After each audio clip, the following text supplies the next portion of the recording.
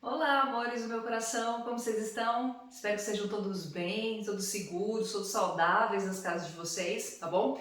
Gente, hoje o nosso tema, ele parece que não tem a ver, mas na verdade tem muito a ver com globalização, tá? Então, digamos que acho que esse aí é uma das últimas coisas que eu vou falar para vocês sobre esse tema, esse grande tema que é globalização. E a gente tem que falar, né, para finalizar, então, finalmente finalizar, ficou um pouco redundante, né? Mas para finalizar então o tema, a gente tem que falar sobre as migrações. Claro que eu vou falar sobre as migrações internacionais, mas eu achei necessário talvez a gente resgatar também o que são migrações. Eu sei que muitos de vocês lembram dessa matéria, muitos de vocês lembram dessa matéria lá no ano passado, a gente chegou a ver isso, tá? Então o que eu fiz hoje foi um apanhado de coisas, uma coisa bem resumida sobre o que é migração, para que depois a gente fale sobre essas migrações internacionais, tá bom?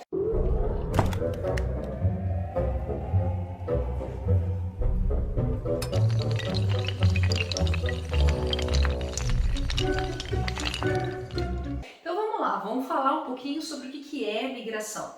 Migração, gente, de forma muito simplificada, vai ser o deslocamento de grupos humanos. Então você vai ter as pessoas por várias questões, às vezes por uma única ou por várias realmente questões, elas vão então migrar, elas saem de um ponto e vão para outro.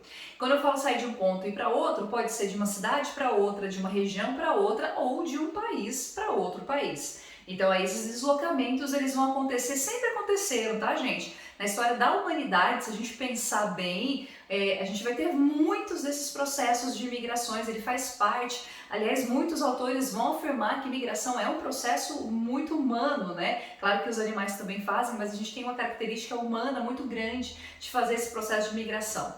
Muito bem, durante a migração a gente vai dizer, a gente vai afirmar que as pessoas elas vão migrar por questões ou por motivos que a gente chama de atração, então vão ter algumas questões que atraem as pessoas para um certo lugar, e a gente vai ter também fenômenos ou motivos de repulsão, fatores de repulsão, então fatores que literalmente expulsam as pessoas ali do seu local de origem. Vocês vão perceber, gente, ó, que basicamente são os mesmos, tá? Por quê? Porque depende muito do seu ponto de vista. Então, por exemplo, eu coloquei aqui um fator que é a economia. Se você está num país que é pobre, ou se nem às vezes nem é tão pobre, você nem está numa condição tão ruim, mas você quer migrar para um outro país em que a economia seja mais desenvolvida, em que a economia seja melhor. Então, as razões econômicas, né, tanto a pobreza excessiva como também, às vezes, um lugar que tem uma economia muito boa pode atrair alguém ou grupos, vários grupos, milhares de pessoas para ir para esse lugar. Um exemplo muito forte é os Estados Unidos, né? Os Estados Unidos é um lugar de atração de pessoas, porque você tem ali uma empregabilidade mais fácil, né? Quando você pega o salário comparado com outras condições pode ser melhor. Então a gente tem essa atração para os Estados Unidos. Em contrapartida, se a gente pensar em alguns países da América Latina, né, a economia é um fator de repulsão. Se você pegar a Venezuela, por exemplo, a crise econômica da Venezuela, isso vai fazer com que as pessoas saiam de lá, ou queiram, desejam sair de lá. Então é um fator econômico de repulsão. Nós temos conflitos que podem ser vários, né? A gente tem conflitos de ordem política, de ordem religiosa, ou conflitos étnicos, raciais, e tudo isso acaba obrigando as pessoas a migrarem. Aqui é muito mais fatores mesmo de repulsão, né? Fatores que acabam expulsando as pessoas dos seus locais de origem. Se a gente pensar, por exemplo, em alguns grupos católicos ali no Oriente Médio, ou se você pensar em grupos muçulmanos em outras partes do planeta, em Mianmar, por exemplo, então a gente pode ter algumas situações ali que obriguem as pessoas mesmo a sair. Mesma coisa as questões naturais. Você pode ter, de repente, sei lá, um período de muita seca no Nordeste, ou um período de muitas chuvas, ou um vulcão que entra em erupção, ou uma ilha que por conta do aumento do nível dos oceanos ela acaba desaparecendo. Então tudo isso são fatores naturais que acabam expulsando as pessoas desse local específico, tá? Então vejam que aí a gente vai ter esses fatores de repulsão e fatores de atração. Tudo isso resulta em quê? Resulta nas migrações. Então, tudo isso faz com que as pessoas então migrem, se desloquem, vão de um seu ponto de origem para outro, claro que sempre buscando condições melhores de vida, tá, gente? Ninguém sai dos seus lugares por nada, né, gente? Raramente alguém vai sair do seu local porque tá tudo lindo, maravilhoso. Então é porque a pessoa realmente sente a necessidade de uma melhoria, então ela tenta fazer ali essa mudança. E às vezes é porque ela é expulsa mesmo, como eu mostrei para vocês. Muito bem, turma, nós vamos dizer que essas migrações, elas podem ser meio que classificadas. A gente pode classificar essas migrações a partir da sua duração, quer dizer, quanto tempo que dura esse processo migratório, a questão do espaço, se eu estou fazendo ali processos dentro do país ou fora do país, a questão da forma, se as pessoas migram porque elas querem ou não, e a questão do controle. Controle é mais uma questão legal mesmo, ligado ao próprio país, né? Se a pessoa está entrando ali naquele país de forma legalizada ou não legalizada. Vamos ver um pouquinho de forma mais específica cada uma dessas classificações aqui, tá, gente? Quando a gente fala das migrações que elas podem ser elas podem ser classificadas em relação à sua duração, é porque tem algumas pessoas que vão migrar, mas só por pouco tempo, que não é uma coisa permanente, que vai ser uma coisa que, como o nome mesmo está dizendo, é uma coisa temporária. Os permanentes, ou aquela migração que é definitiva, de fato a pessoa ela pega e muda de mala e cuia para o local que ela quer. Então ela pega e realmente faz essa mudança. As migrações que são temporárias, gente, elas têm dois tipos. E eu tenho certeza que muitos de vocês faziam, né? Porque agora vocês estão em casa há mais de um ano, estamos trancafiados dentro de casa, não estamos fazendo mais. Mas muitos de nós, né, que moram numa cidade, estudam em outra ou trabalham em outra, a gente faz uma migração, gente, que é uma migração temporária, diária, que vai ter um nominho muito específico que é importante vocês saberem, tá, gente? Cai bastante em vestibular isso, por incrível, e é tão fácil, tão simples da gente lembrar, que é a migração pendular. O que são os migrantes pendulares? Como eu falei, somos nós. Nós moramos num lugar, tá? A gente dorme então nesse local, né? E aí durante o dia a gente vai estudar ou trabalhar em outro local. Por que eu falei nós? Porque lembrem-se que eu também entro nesse processo aí, tá, gente? Lembre-se que eu moro na cidade incrível, na megalópole, na maravilhosa Arthur Nogueira. E trabalho em Limeira, então quer dizer que sim, eu era uma migrante pendular. Diariamente eu faço esse movimento, né? Pendular. Também entra aqui nessa classificação de temporária, gente, os migrantes que a gente chama de sazonais. São migrantes que eles vão migrar só por um período de tempo, né? Só por algumas estações, algum tempo ali. Esse tempo vai depender muito tipo, dos motivos que faz ele migrar. Por exemplo, a gente tem várias pessoas que vêm aqui para o estado de São Paulo para trabalhar na lavoura de laranja ou mesmo na lavoura de cana-de-açúcar. Saem lá, por exemplo, do Piauí, de Alagoas, né? Saem desses estados do Nordeste, vêm para cá, ficam aqui só durante o período da lavoura, só durante o período da colheita e depois retornam. Então aí não é uma coisa diária, pode demorar ali alguns meses e dependendo da pessoa até um pouquinho mais, tá? Se eu pegar as secas do Nordeste, por exemplo, tem muitas pessoas que saem, fogem da seca do Nordeste, né? Mas que depois retornam. Então às vezes elas ficam ali 1, 2, 3 anos fora das suas residências, mas depois acabam retornando para o seu local de origem. As migrações em relação ao espaço, quando a gente classifica em relação ao espaço, elas podem ser internas é dentro do próprio país, e externa é quando as pessoas migram para outros países, para outras nações. A interna, gente, ela pode ser resumida nessas 3, 4 migrações aqui, tá? Eu botei de forma bem ali resumidinha. A gente vai ter o êxodo rural, que é a saída de pessoas das zonas rurais para as zonas urbanas. A gente tem atualmente o contrário, o êxodo urbano? Sim, só que ele é bem menos, tá, gente? Se a gente comparar com o êxodo rural que aconteceu, por exemplo, desde 1950 até os dias de hoje, o êxodo urbano ele é muito pouco significativo, tá? Então ele ainda não é um movimento realmente para fazer uma transformação aí no território brasileiro, tá? Então a gente ainda vai ter mais o êxodo rural. O êxodo rural é a saída das pessoas das zonas rurais, da agricultura, para as áreas de cidades, para as áreas urbanas. As migrações temporárias foi essa que eu falei para vocês, que pode ser as sazonais ou transumância, né, que nome horroroso, sazonal transumância, que é a mesma coisa, ou as migrações pendulares. E a gente tem também, gente, as migrações que podem acontecer dentro da mesma região, ou dentro do mesmo estado, ou entre estados diferentes, tá? Então, de repente, você pode ter migrações de pessoas dentro do própria região, né, no Nordeste mesmo, as pessoas podem ali se movimentar, ou elas podem sair do Nordeste e ir para a região Sudeste, tá? Então aí são essas que a gente chama de intrarregional ou interregional. Quanto à forma, a externa, gente, está indo para outro país. Bom, já é mais simples, né? Resumindo. Em relação à forma, as pessoas elas podem migrar de forma voluntária, então elas querem fazer esse processo, tá? Ela busca melhores condições de vida, ou então, gente, pode acontecer de forma forçada. Quer dizer, a pessoa ela não queria sair, mas de repente teve uma guerra, teve um conflito, ela está sendo perseguida por algum motivo, e aí ela migra, só que quando ela faz esse processo, e aqui eu quero que vocês guardem, tá, gente? Aqui é muito importante vocês se lembrarem disso. Quando a pessoa ela é forçada e aí ela se transforma num refugiado, ela não é mais considerada um migrante. Por que não? Porque ela não está fazendo a migração porque ela quer, ela está fazendo a migração porque ela é obrigada, tá? Ela não queria sair do seu local de origem, só que ela foi obrigada a fazer esse processo. Então aí a gente não chama mais ela de migrante, a gente chama de refugiados. Então vejam que os refugiados, e desde 2015 ali a gente está vivendo uma crise internacional muito grande em relação aos refugiados.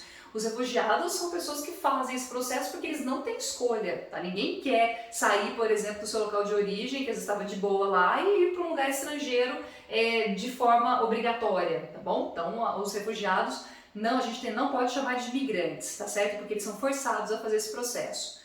Entra aqui também, gente, mas em menor medida, né? Não chega a ser uma coisa tão volumosa quanto os refugiados, mas a gente também tem sim tráfico humano, a gente tem sim pessoas que são obrigadas a ir para outros lugares, também não vamos chamar de imigrantes, né? Mas são obrigados a ir para outro lugar, por exemplo, para fazer prostituição, né? Muitas pessoas são enganadas ali a fazer prostituição. Aqui no Brasil a gente tem muito disso para trabalho forçado, ou trabalho que a gente chama de análogo à escravidão. As pessoas vão lá, né, donos de fazendas, né, esses aliciadores vão no Nordeste, pegam os trabalhadores, vão dizer para eles que não, você vai ganhar isso, vai ganhar aquilo, não sei o que, e chega lá no lugar de trabalho, não é nada daquilo. Então a gente pode ter sim esse tráfico humano também, e acontece de forma forçada, é claro. E se a pessoa está de maneira legal ou de maneira ilegal. Então a pessoa de repente migra, ela pede um visto e aí depois ela pede um visto de permanência e o país permite que ela fique lá para sempre. Ou ela casa com alguém, né? Tem vários fatores aí. E acontece muito, né, com vários migrantes, principalmente latino-americanos, né, gente? Não digo principalmente, se a gente for pensar no mundo inteiro, vai ter bastante desses imigrantes ilegais. E essa ilegalidade, gente, ela vai entrar muito aí já dentro da questão da globalização, que são das migrações internacionais, tá? As migrações internacionais, elas começam a acontecer, elas ganham realmente muito mais volume por conta desse processo de globalização. A globalização, como a gente já viu em outras aulas, peraí, deixa eu pegar minha colinha aqui, para eu não esquecer de nada. A globalização, gente, ela vai trazer, lembre-se que uma série de novas redes. Eu mostrei para vocês as redes de economia, a gente vai ter a formação dos blocos econômicos e a gente vai ter também rede de maior transporte e fluxo de pessoas. A partir desse momento que a gente tem a globalização, nós começamos a ter então um maior fluxo de pessoas, uma entrada e saída maior de pessoas dos seus próprios países indo para outros, né? Um exemplo claro de como essas redes elas vão se formando é quando a gente pega, por exemplo, o fluxo aéreo. Gente, o número de aviões que nós temos, ou as linhas aéreas que nós temos hoje, se comparar com 1990, é uma diferença gritante. Então a gente vai ter muito mais a possibilidade de você fazer esse trânsito aí. Claro que nem toda pessoa que migra faz isso de avião, tá, gente? Que às vezes a pessoa ali, essa migração quando é ilegal, por exemplo, é claro que a pessoa não vai fazer via avião, né? Que ela não tem nem dinheiro para isso. Mas a gente sabe então que nós temos novas rotas ali, novas redes de transporte e de movimentação dessas pessoas. Além disso, gente, olha, nós vamos ter também essa globalização, além da questão do transporte, como a gente viu em outras aulas, a gente também tem a formação dos blocos, né, os blocos econômicos com diferentes níveis de integração. Se eu pegar o nível do Brasil, por exemplo, que é uma união aduaneira, se eu pegar a própria União Europeia, que é um bloco monetário, né, nós vamos perceber que aí você tem, além do fluxo de mercadorias, sim, livre circulação de pessoas. Entre os países membros ali, você tem sim maior possibilidade de circulação de pessoas. E isso é um fator que facilita, que favorece o processo de migração. Então veja que a partir da globalização a gente tem vários facilitadores para que principalmente o processo de migração externa aconteça de uma forma cada vez maior. E aí a gente vai ter inclusive novos fluxos, a gente vai ter mapas demonstrando, né, que a gente tem novas áreas ali de repulsão e de atração. Estados Unidos e Europa com certeza vão ser pontos de atração, e a gente tem também novos pontos de atração que não são tão óbvios quanto esses dois que eu citei, tá? Gente, então ó, fique bem gravadinho na cabeça de vocês que a globalização, sim, você tem muito maior fluxo de migrantes, mas lembre-se que isso não necessariamente significa livre circulação de pessoas. O que eu quero dizer? Não é porque a gente tem mais facilidade de fazer esse trânsito que os países são abertos a esse processo. Não é todo país que quer receber migrante, não. Não é todo país que aceita livremente esse processo de migração. Muito pelo contrário, tá, gente? Nós vamos ter sim alguns países que vão ser extremamente resistentes a isso. A gente pegar os países europeus, por exemplo, a Inglaterra é um bom exemplo disso, né? Inclusive um processo de Brexit aconteceu muito em decorrência dessa xenofobia, sim, inglesa. Então a gente vai ter países que não são abertos. Então veja que a globalização facilita? Sim. Cria novos eixos migratórios? Sim, mas não quer dizer que as pessoas são livres para migrar. Tanto é que a gente continua tendo um alto índice de ilegalidade. As pessoas, para conseguirem entrar nos outros países, muitas vezes não conseguem fazer isso pela via legal e é obrigada, então, obrigada não é, né? Mas ela então entra de forma ilegal. Os Estados Unidos é um país muito rígido, também é um outro exemplo de rigidez em relação à entrada dos imigrantes. O que aí cabe para mim, né, gente? Aí é uma coisa, né, minha particular, é uma grande crítica que eu faço.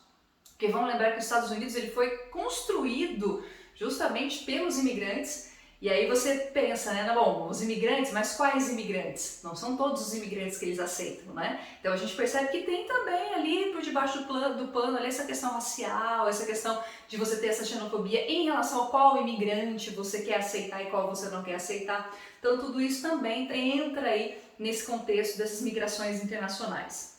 Gente, a ONU, ela vai ter uma palavrinha muito... Ela tem uma frase que eu achei muito bonitinha, que eu quis colocar aqui na aula de vocês, que ela vai dizer que a globalização e a urbanização, eles diminuem as fronteiras e facilitam o surgimento daquilo que eles vão chamar de novos itinerários da esperança. Olha que bonitinho! Novos itinerários da esperança. Isso quer dizer o quê? Que você tem novos lugares ali que dá esperança para essas pessoas que estão passando fome, que estão sendo perseguidas, que não têm muitas outras opções de vida, que querem melhorar, então migram para itinerários de esperança. Bonito, né? Achei fofinho, achei legal. Bom, cabe dizer que a gente tem alguns eixos tradicionais, tá? Então tem alguns países que realmente, né, foram desde algum tempo já, uns 50 anos, foram e continuam sendo polos de atração. Então a gente tem alguns eixos ali que são mais tradicionais, mas a gente também tem eixos não tradicionais, tá, gente? Quer dizer, a gente também tem muita migração entre países, mas muitas vezes regionais ali, entre países da região. Então não é todo mundo que quer ir para a Europa não também, tá bom? Não é todo mundo que quer ir para os Estados Unidos também não, tá bom? Vamos devagar. Por exemplo, tem muita gente que quer vir para o Brasil. Sim. Tem gente que opta vir para o Brasil. Por que não? Por que essa discriminação com o Brasil não? O Brasil sim, tá, gente? O Brasil sim. Muitas pessoas, sírios, por exemplo, paraguaios, venezuelanos, chineses, sim, optam vir para o Brasil. Tá? Eu acho que aqui tem uma boa esperança ali, é um itinerário de esperança, enfim. Muito bem, turma. Próximo passo agora dessa aula é a gente falar um pouquinho dos refugiados. Como eu acho que essa aula já está um pouco longa, eu não vou falar sobre isso hoje, tá? Na semana que vem eu faço um vídeo bem mais curtinho para falar só exclusivamente sobre a questão dos refugiados. E aí, enfim, depois a gente fala mais sobre esse assunto, tá bom? De forma bem mais resumida. Espero que vocês tenham entendido, tá? Espero que vocês tenham relembrado aqui de alguns conceitos. Se algum deles não tiver ficado claro para vocês, por favor me avisem, tá, gente? Se alguma coisa não ficou aí muito bem feita ou muito bem explicada, por favor me mandem um recadinho. E é isso. Um beijo para vocês, boa semana, gente. Até semana que vem, até nosso próximo vídeo. Tchau, tchau.